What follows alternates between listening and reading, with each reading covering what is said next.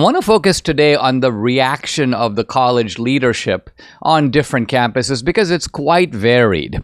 At the University of North Carolina, the president, Lee Roberts, sees that the activists have taken down the American flag and put up the Palestinian flag. He goes up there with security, takes down the Palestinian flag, puts up the American flag, and makes a pretty sensible statement that says, look, we're a state university.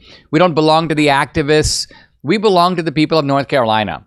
And so we need a flag that represents all the people of North Carolina, and that is the American flag. Quote, the flag represents all of us. Pretty good move.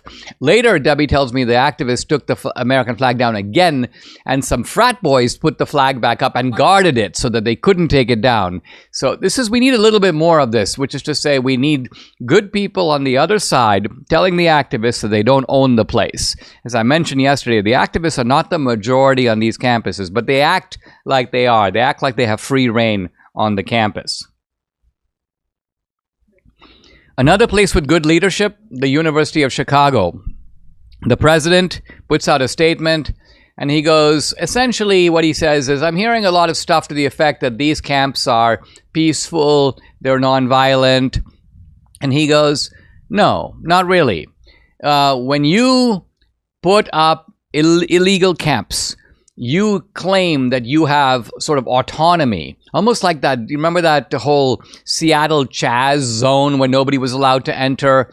Well, that is aggressively taking over public space that doesn't belong to you, and controlling access in and out of it. In some cases, blocking Jewish students from getting to class. No, you have to go through another gate. You can't go through the main entrance. We control the main entrance.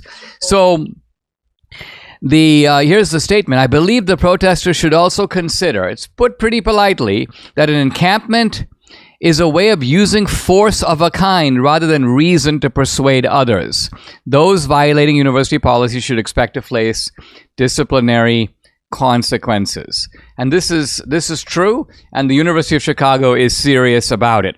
Some of these other colleges are really not serious because they say things, and sometimes it's the right things, but then they back off. So at Yale, for example, the president, Peter Salovey, he goes, well, we cannot have an ideological litmus test, which is what the students have been trying to impose. Well, true, under free speech, you can't have a litmus test that you have. Basically what the students are saying is, if you don't support Palestine, you cannot come inside of this encampment. And that's the ideological litmus test that the president of Yale is referring to. But guess what? Yale has been imposing litmus tests for decades. This is the point. Where did the students learn that there are litmus tests? They've learned from their own professors.